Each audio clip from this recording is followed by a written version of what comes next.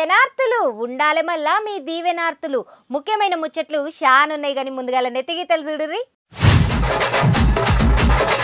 Full ఖుషైన పుతిను social మీడియాలో ఏడ చూసినా వీళ్ళిద్దరి ఫోటోలే మరి ట్రెండింగు.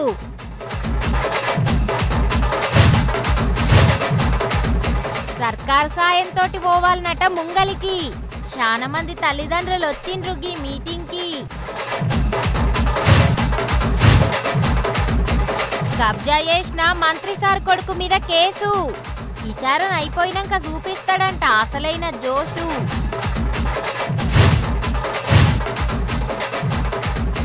చూడాలే సర్పంచ్ అభ్యర్థుల చిత్రాలు. పాపం గెలవనీకే పడుతున్నారు మస్తు తంటాలు.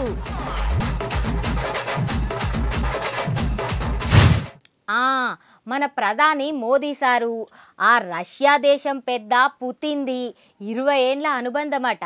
గప్పుడు అటల్ బిహారీ వాజ్పేయి ఉన్నప్పుడు రష్యా దేశం పెద్ద పుతిన్ మన దేశానికి వస్తే గప్పుడు ప్రధాని మోడీ సార్ వెనక నిలబడుతుండే.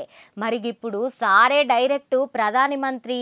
మరి పెద్ద మనుషులు కలిసి ఏమేం నిర్ణయాలు తీసుకున్నారో అరుచుకుందాం పాండ్రి.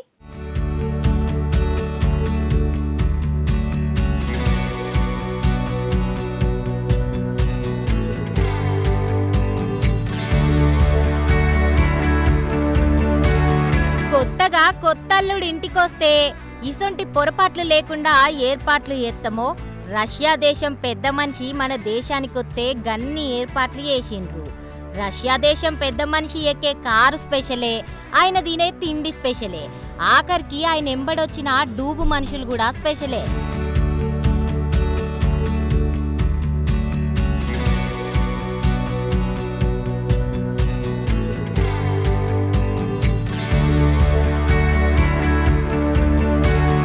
ఇట్లా అన్ని సౌలతులతోని మన దేశంలో అడుగు పెట్టినాక గంటలు కూసోని ముచ్చట పెట్టినాక మన దోస్తాన గిట్లనే కలిసి ముంగల్కి పోవాలని నిర్ణయం తీసుకున్నారు.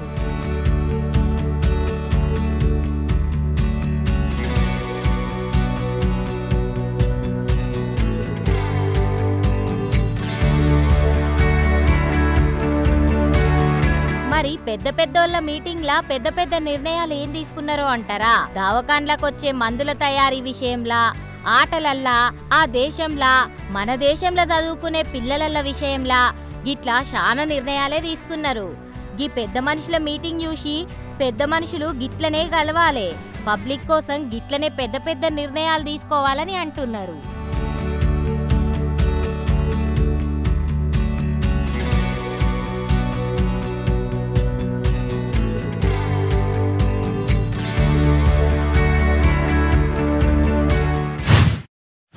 ఆ గట్టునుంటావా నాగన్న ఈ గట్టునుంటావా, ఆ గట్టునేమో సీసాల సార ఉంది, ఈ గట్టునేమో ముంతడంత మజ్జిగుంది, ఆ గట్టునుంటావా నాగన్న ఈ గట్టునుంటావా.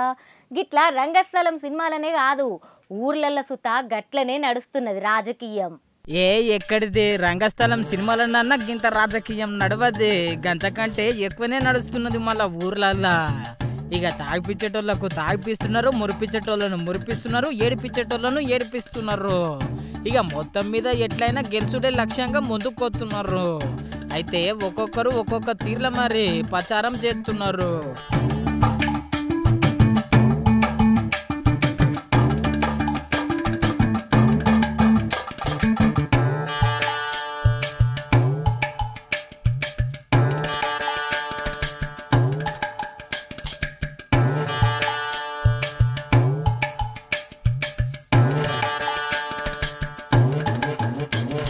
ములుగు జిల్లాలో ఒక సర్పంచ్ అభ్యర్థి ఫుల్ వైఫై పెట్టిస్తా, టీవీ ఛానళ్లు పిరిగి వచ్చేటట్టు చూస్తా అని చెప్పి హామీ ఇచ్చింది. 30 సంవత్సరాల పరిపాలన కాంగ్రెస్ పరిపాలనలో నేటినాగారం గ్రామ పంచాయతీని ఏమాత్రం అభివృద్ధి చేయలేదు. బీఆర్ఎస్ 10 ఏళ్ల రాష్ట్ర పాలనలో కూడా ఎటువంటి అభివృద్ధి లేదు. కాబట్టి సర్పంచ్ అభ్యర్థిగా గెలిపించి కేంద్రం నుంచి వచ్చే నిధులు తెప్పిస్తాను. అదే విధంగా ఏ విధంగా నేను ఖర్చు చేస్తున్నానో అనేది ఆన్లైన్ లో కూడా పెడతాము. ఇంకొకటి ఏంటంటే వైఫై నెట్వర్క్, టీవీలో ఛానల్స్ అన్ని 5 సంవత్సరాల వరకు ఫ్రీగా ఇస్తాము. నన్ను గెలిపిస్తే ఇవన్నీ ఫ్రీగా ఇస్తాము.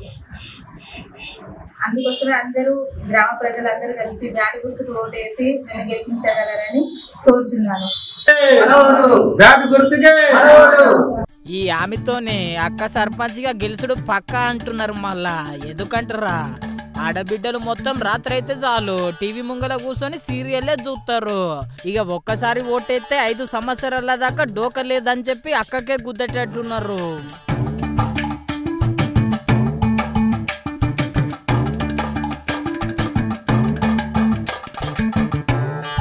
ఉట్టి చెప్పుడే కాదుల్లో పల్లెలున్న ప్రజలు నమ్మాలని బాండ్ పేపర్ మీద బాజాబ్తా రాసి ఇంటింటికి పంపుతున్నారు. మళ్ళా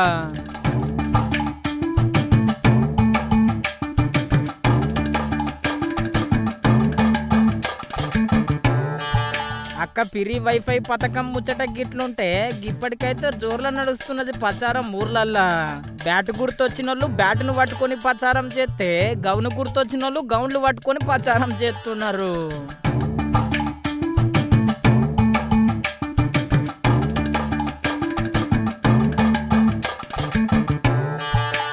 ఇట్లా అన్ని గుర్తున్నది అలకగానే ఉన్నది ప్రచారం, కానీ ఉంగరం గుర్తొచ్చిన వాళ్ళకే జర టెన్షన్ ఉన్నది. ఏమన్నా అంటే బంగారం ఉంగరం ఎప్పుడు ఇస్తావని అడిగేటట్టున్నారు అందరూ.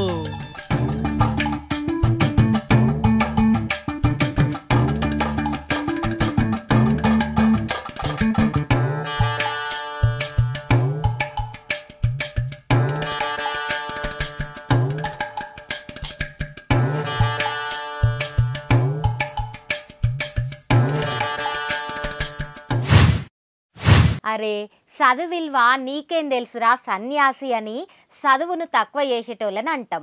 చదువుకు గంతిలువున్నది. చిన్నగున్నప్పుడు ఉస్కూలు పోతే ఉట్టి చదువే రాదు, పెద్దల ముందు మర్యాద, మంచి క్రమశిక్షణ నేర్చుకోవచ్చు. మరి చదువే మన బతుకులల్లా వెలుగన్నట్లు గియాల ఆంధ్ర లీడర్లు బడుల బాట పట్టిండ్రు. నేటి బాలలే రేపటి పౌరులన్న మాట కూటమి సర్కారు పక్క పాటిస్తున్నది. ఈ పూట గియాల ఆంధ్ర మొత్తం పిల్లల తల్లిదండ్రులు టీచర్లతోని మీటింగ్ నడిచింది. ముఖ్యమంత్రి చంద్రాలు సార్ అయితే గిట్ల పిల్లలతోని నవ్వుకుంటా గాలతోనే తినుకుంటా బడి పిల్లలను ఫుల్ ఖుషి చేసిండు. ఓకే, ఎంతవరకు స్ప్రెడ్ అయింది ఇప్పుడు? ఆల్మోస్ట్ స్ప్రెడ్ అయింది.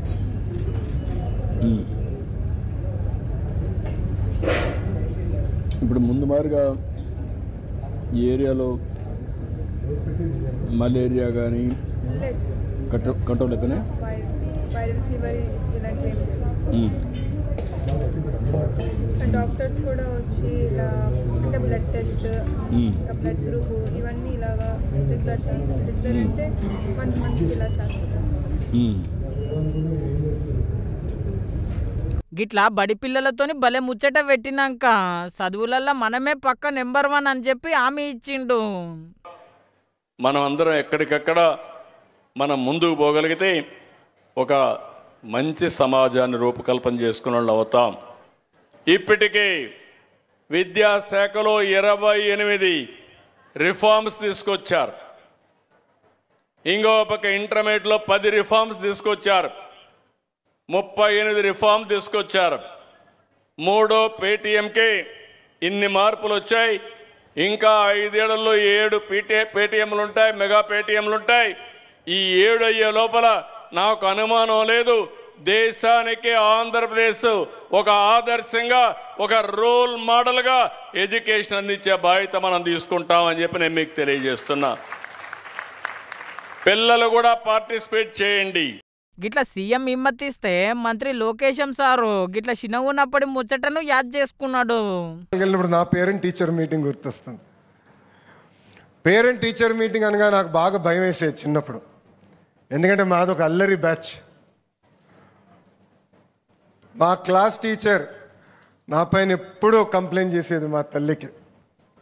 నా పేరెంట్ టీచర్ మీటింగ్కి ఏనాడు గౌరవ ముఖ్యమంత్రి గారు రాలేదు. అలాంటిది మీ పేరెంట్ టీచర్ మీటింగ్కి గౌరవ ముఖ్యమంత్రి గారు హాజరయ్యారు. ఎంత పని ఒత్తిడి ఉన్నా నా దేవాంశ్ పేరెంట్ టీచర్ మీటింగ్ నేను తప్పనిసరిగా వెళ్తా. అన్ని పనులు మానుకుని వెళ్తాను. ఎందుకంటే పిల్లల్ని పైకి తీసుకురావాలని బాధ్యత కేవలం ప్రభుత్వందే కాదు, ఇక్కడున్న తల్లిదండ్రుల పైన కూడా బాధ్యత ఉంది. అందరం కలిసికట్టుగా మాణిక్యాలని తయారు చేయాలి. ఈరోజు మేము చూసాం పిల్లలతో మాట్లాడడం ఎంత అద్భుతంగా, ఎంత కాన్ఫిడెన్స్తో మాట్లాడారంటే నేనే ఆశ్చర్యపోయా. అగో ఇన్నరు కదా, సీఎం చంద్రాలు సారు పేరెంట్స్ మీటింగ్కు అస్సలు పోకుండేనంట.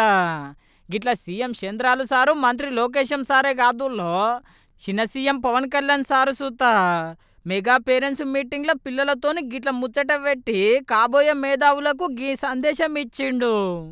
ఎక్కడ అబ్దుల్ కలాం గారు చూడండి, ఎక్కడ చిన్న మారుమూల రామనాథపురం అనే ఊళ్ళో కూర్చొని ఆయన మిసైల్ మ్యాన్ ఆఫ్ ఇండియా అయిపోయారు. భారతదేశ రక్షణ క్షిపణి వ్యవస్థకి ఆయన ఒక మాస్టర్ అయిపోయారు ఆయన.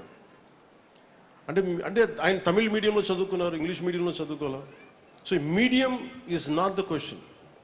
మీరు ఇంగ్లీష్ మీడియంలో చదువుకోండి, తెలుగు మీడియంలో చదువుకోండి, మీ ఏ మీడియంలో చదువుకోండి, కానీ మీకు ఇన్నోవేషన్ క్రియేటివిటీ పెరగాలి అంటే, మీకు మల్టీ టాలెంటెడ్ మల్టీలాటరల్ థింకింగ్ రావాలి అంటే మీరు చాలా విభిన్నమైన నేర్చుకోవాలి. మీకు దేహదారుఢ్యం ఉండాలి, బలం ఉండాలి. మీ అందరికీ మానసిక దారుఢ్యం ఉండాలంటే, ఇప్పుడు మనం శారీరక దారుఢ్యానికి ఎక్సర్సైజ్ చేస్తాం, మానసిక దారుఢ్యానికి పుస్తకాలు చదవాలి. Books are the training weights for your mind. ఈరోజు నేర్పించే మీ ప్రతి టీచర్ పాఠం అదేదో మీకు మార్కులు వస్తాయని చదవకండి. సారు చెప్పింది కూడా నిజమే. మళ్ళా పుస్తకాలు చదివితే మస్తు తెలివి పెరుగుతుంది. ఇంత మంచి మీటింగ్ పెట్టినందుకు కూటమి సర్కార్ను అందరూ మస్తు మెచ్చుకుంటున్నారు.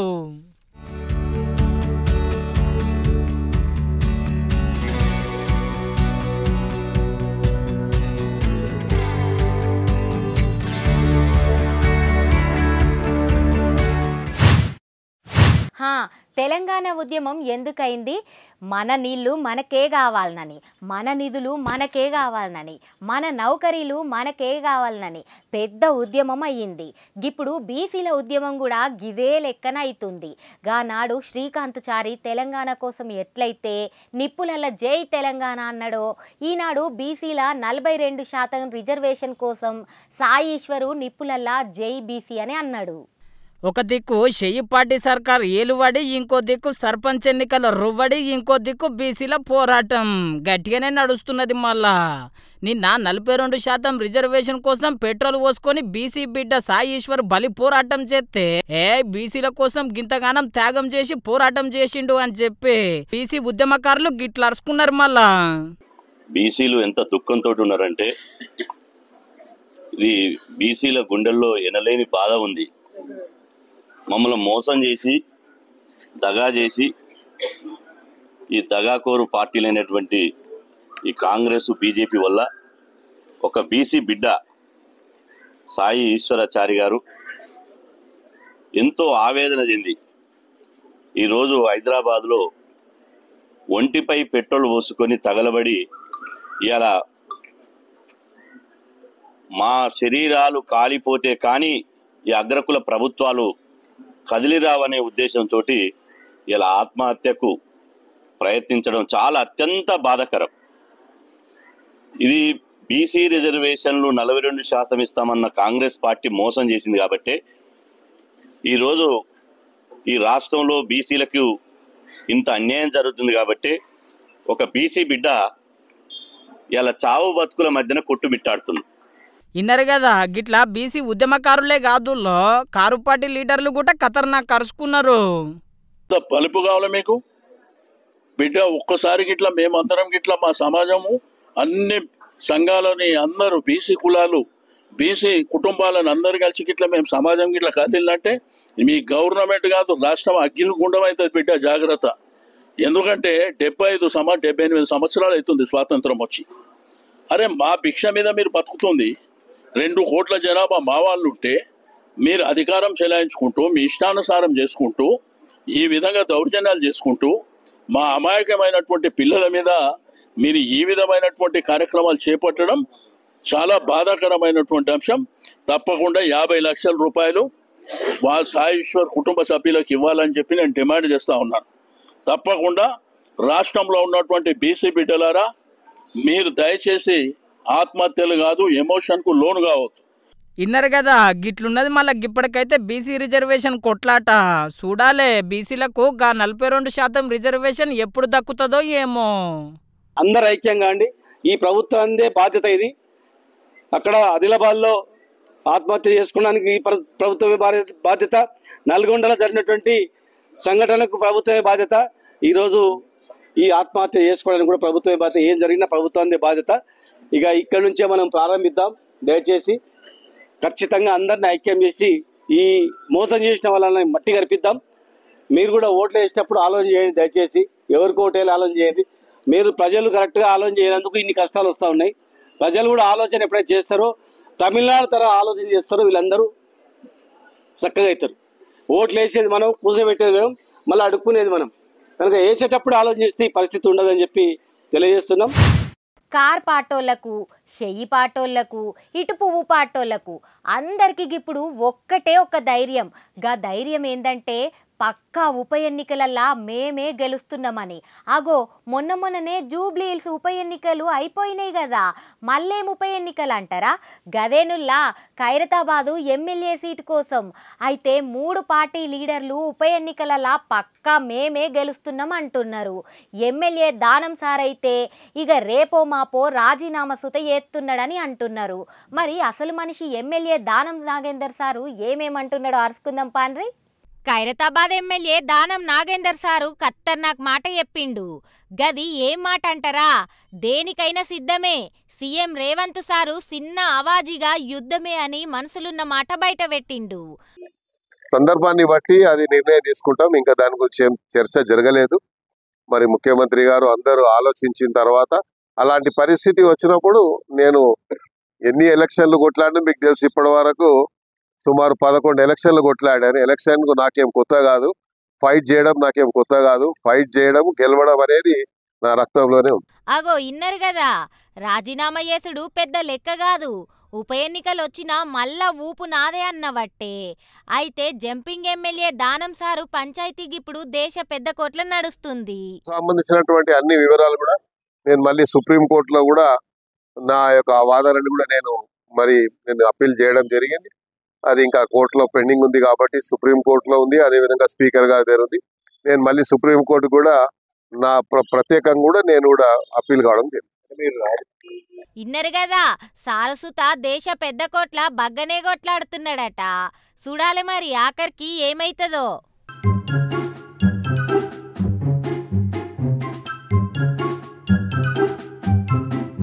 పేదలకు ఏం కావాలి? తిననీకి తిండి, ఉండనీకి ఇల్లు. మేము తిననీకే సన్న బియ్యము, ఉండనీకే ఇందిరమ్మ ఇల్లు ఇస్తున్నాము. గది పట్టుదల. గల్ల సర్కార్లా ఎన్నడన్నా ఇండ్లు ఇచ్చిండ్రా? మొత్తం దోసుకున్నారు. తెలంగాణను మొత్తం ఆగం చేసిండ్రు. చెప్తా టైం వచ్చినప్పుడు అన్ని బయట పెడతా అని మంత్రి పొంగులేటి సారు బాంబులు వేల్చిండుల్లా. ఎక్కడిదే గీ కారు పాటోళ్ళు, పువ్వు పాటోళ్ళు అందరు కలిసి మా మీద ఉల్టా ప్రచారం చేస్తున్నారని మంత్రి పొంగులేటి సారు మైకుల ముంగట ఎలా పొగలు గక్కిండు. మరి ఏమంటున్నాడు ఈయనుండ్రి? అంటే ఏంది అసలు మీ బాధ ఏంది? మీ ఆ విషయం కక్కే పద్ధతి ఏందో నాకు అర్థం కావట్లా. మాట్లాడితే 5 లక్షల కోట్లు. ఏంది 5 లక్షల కోట్లు? ఎన్ని వేల ఎకరాలు ఉంది? 5 లక్షల కోట్లు ఏంటి? 5 లక్షల కోట్లు కిక్ బ్యాక్ వచ్చేది ఎట్లా? నోటికి ఏ అంకెలు, ఏ పదాలు వస్తే మేము చేసినాం కాబట్టి అదే స్టైల్లో మీరు క్యాల్కులేట్, మీరు చేసిన స్టైల్లో మాకు చేయడానికి అంత ఇది నేషనల్ పార్టీ అంత ధైర్యము సత్తా మాకు నిజంగా లేదు. అంత సాహసోపేతమైంది మీది ప్రాంతీయ పార్టీ కాబట్టి మీ నాయన మీరు మీ కుటుంబంలో 4 కూర్చొని టిక్కులు పెట్టుకుంటారు. ఏడాది నడవదే. అగో ఇన్నరు కదా, కేటీఆర్ సారు లెక్కలని బయట పెడతాడంట రాను. అయితే మీ కొడుకు మీద మరి కబ్జాల కేసు నమోదయ్యిందని సోషల్ మీడియాలో మస్తు ప్రచారం అవుతున్నది సారు అంటే గీ మాట అన్నాడు. ఇవాళ ప్రభుత్వం, ఇంకా వాళ్ళు ప్రభుత్వంలో ఉన్నాము, మేము ప్రభుత్వంలో ఉన్నాం కాబట్టి మంత్రి కొడుకు మీద కేసు పెట్టించామని ఆ వాక్కులు అనేది తప్పు. మేము ప్రభుత్వంలో ఉన్నప్పుడు పారదర్శకత అనేది ఒక మనిషి ఒక కంప్లైంట్ ఇచ్చినప్పుడు ఆ కంప్లైంట్ని పోలీసులు రిజిస్టర్ చేయడం సహజం. రిజిస్టరే చేయొద్దని నేను అనగలుగుతాను, కానీ అలా అనే ఉద్దేశం ఈ ప్రభుత్వానికి లేదు. రిజిస్టర్ అయిన తర్వాత తప్పకుండా దాని మీద నిజ నిర్ధారణ చేసి అధికారులు తన తప్పుంటే నా కొడుకుండని, నేనుండని, ఇంకొక వ్యక్తి ఉన్నాయి శిక్షకు అర్హుడు. తప్పు లేకపోతే అవతల రాసిన వాళ్ళ గురించి నేనేం మాట్లాడా, వాళ్ళ ఇజ్ఞతకే వదిలేస్తా. వాళ్ళ తర్వాత దాన్ని వాళ్ళ మనసుని ఎట్లా సరిపెట్టుకుంటారో వాళ్ళే ఆన్సర్ చేస్తారు. అగో ఇన్నరు కదా, చట్టానికి ఎవరు చుట్టం కాదంట. మంత్రి కొడుకు తప్పు చేసినా శిక్ష అనుభవించాల్సిందేనంట. ఇక రాను రాను అసలు ముచ్చట బయట పడుతుంది కానీ అటెనక ఇంట్లో ముచ్చట చెప్పిండు. నాకు తెలిసి నా దగ్గర ఉన్న ఇన్ఫర్మేషన్ ప్రకారం ఈ రాబోయే మార్చి నాటికి 1,00,000 ఇళ్ళు పైచిలకు గోప్రవేశాలు కాబోతున్నాయి. ఇప్పటికే సుమారు 22-23 వేల ఇళ్ళు పూర్తయ్యాయి. 1,00,000 ఇళ్ళు పైచిలకు గోప్రవేశాలు పూర్తి కాబోతున్నాయి. మిగిలిన ఇళ్ళు నాకు తెలిసి రైనీ సీజన్ కంప్లీట్ అయ్యే లోపు, రైనీ సీజన్ వచ్చే లోపు ఫస్ట్ ఫేజ్ లో ఇచ్చిన ఈ ఇళ్ళు ఏవైతే ఉన్నాయో 3 లక్షల పైచిలకు ఆన్ గోయింగ్, 4.5 లక్షల్లో మిగిలినవి కూడా వివిధ దశల్లో ఉంటాయి.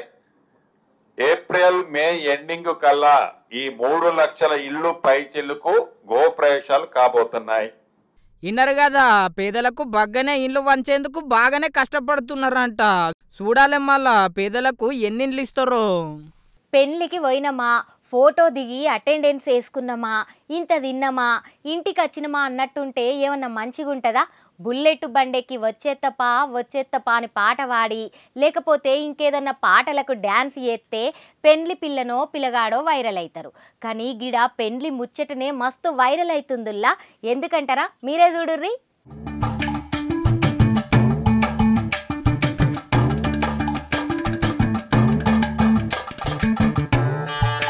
ఒకరినొకరు ఇరగమరగ కొట్టుకుంటారు, కుర్చీలు ఇసురుకుంటా అంటే నిరగొడతారు, బట్టలు ఎప్పుకుర్రు, కట్టెలు లేవట్టిర్రు. అరే ఇదేమన్నా పొలిటికల్ లీడర్ల పంచాయతా, రచ్చబండ కడవడం లొల్ల అనుకుంటారా? అసలే కాదు, ఓ పెండిల ఇందు కార్యం. పిల్లగాని కట్టిన మంచిగీయలేదో అనుకున్నట్టు పెట్టిపోతులు పోయలేదో కానీ గంతగానం కొట్టుకురు అనుకుంటురు కదా. ఇగో ఇట్లా అనుకున్న మీరు పప్పుల కాలేసినట్టే.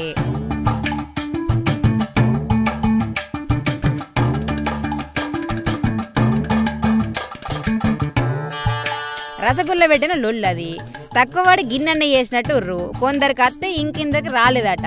ఇదెక్కడి పాపం, వచ్చిన మాకు రసగుల్ల వెయ్యరా, మేమంతా లేకొచ్చినమా, తిండికి దిక్కన లేనోళ్ళు లెక్క గానెత్తన్నవా అనుకుంటా పొట్టు కొట్టుకుర్రు. ఎంగిల్ చేయితోటి కొట్టుకోవద్దని పెద్ద మనుషులు అన్నా వినకుండా ఈ పంత వాళ్ళ కొట్టుకుర్రు. కుర్చీలు లేపి ఎత్తేసిర్రు, తినే భగవంతులు లేపిర్రు. ఉరుకుడు, తన్నుకునుడు, గుద్దుకునుడు, నూకేసుకుడు, దేత్తడి పోషం కూడా అన్నట్టు ఎవ్వరు దగ్గలేదు.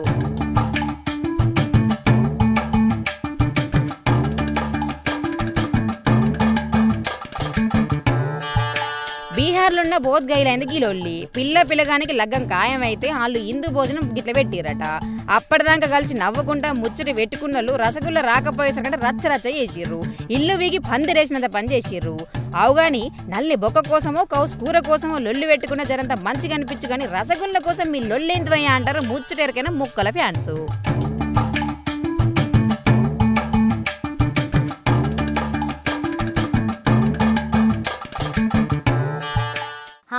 చూసిండ్రు కదా గివుల్లా ఇయాల్టి ఖతర్నాక్ వార్తలు. మళ్ళీ రేపు గిదే యాళ్లకు గిన్నే మంచి వార్తలతో కలుస్తా. మరి నేను పోయొద్దునా, మరి ఉంటా, మరి నమస్తే.